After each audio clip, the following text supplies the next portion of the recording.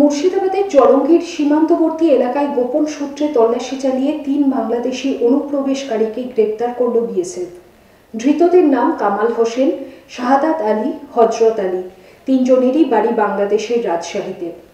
BSF ধৃতদের জলঙ্গি থানার পুলিশের হাতে তুলে দিলে শুক্রবার তাদের আদালতে তোলা হয়।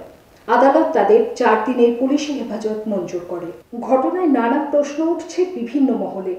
সম্প্রতি জলঙ্গি থেকে বেশ কয়েক কিলোমিটার দূরে হরিহরপাড়া থানা এলাকা থেকে ৩ জঙ্গিকে গ্রেপ্তার করে এসটিএফ। কী কারণে এসেছিল এই অনুপ্রবেশকারীরা, এটা নিয়ে ঘুরছে একাধিক প্রশ্ন। তাহলে কি কোনো নাশকতার কারণেই এসেছিল, না অন্য কোনো বিষয়? তার তদন্ত শুরু করেছে ইতিমধ্যেই জলঙ্গি থানার পুলিশ। পুলিশ সূত্রে খবর, ওই ৩ জনকে জিজ্ঞাসাবাদ শুরু করে আরও ৩ জনের নামে এফআইআর করা হয়েছে। অর্থাৎ মোট ৬ জনের নামে এফআইআর করা হয়েছে। তাদের সন্ধানেও তল্লাশি চালাচ্ছে পুলিশ। অঞ্জলিতে সোনায় মোড়া বড়দিন, এবার জমিয়ে হবে শপিং। হীরের গয়নার মজুরিতে 50% পর্যন্ত ছাড়। সোনার উপ কস্টিউম গয়না ও গ্রহরত্নেও ব্যাপক ডিসকাউন্ট। প্রতি কেনাকাটায় উপহার, সঙ্গে গিফট ভাউচার। অফার চলবে 2রা জানুয়ারি পর্যন্ত। অঞ্জলি জুয়েলার্স, সবার জন্য।